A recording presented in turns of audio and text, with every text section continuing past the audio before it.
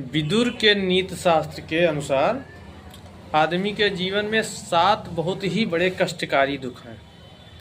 पहला दुख है किसी के जात का अपमान कोई करता है तो ये सबसे बड़ा दुख है। दूसरा दुख है पिता के सामने पुत्र की मृत्यु हो जाए तो उन माता पिता के लिए ये सबसे बड़ा दुख है। तीसरा दुख है अपने पत्नी को किसी और पुरुष के साथ संबंध हो जाए तो ये भी बहुत बड़ा दुख है।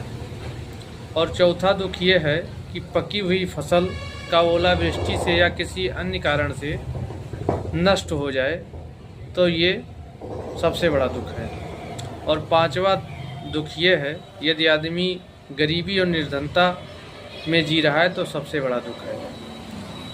और छठवां दुख ये है कि तुम्हें अपनी शत्रु की सेवा करनी पड़ जाए तो ये भी सबसे बड़ा दुख है।